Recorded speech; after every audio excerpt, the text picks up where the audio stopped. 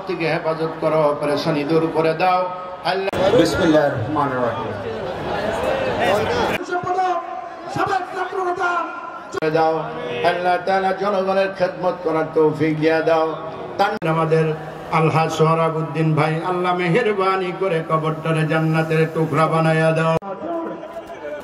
আমরা থেকে গাজীপুর বিপ্লবী শুভেচ্ছা এবং অভিনন্দন জানাচ্ছি আমাদের প্রিয় নেতা সকলের অংশগ্রহণে আজকের এই বাসর ইফতার মাহফিল সার্থক এবং সফল এবং সুন্দরভাবে আমরা শেষ করতে পারবো বলে বিশ্বাস করি। চৌরঙ্গী প্রদেশের সর্বস্তরের জনতা সবাইকে বাসন থানা বিএনপির পক্ষ থেকে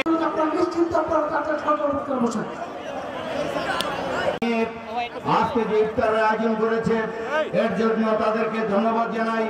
বক্তব্য রাখবেন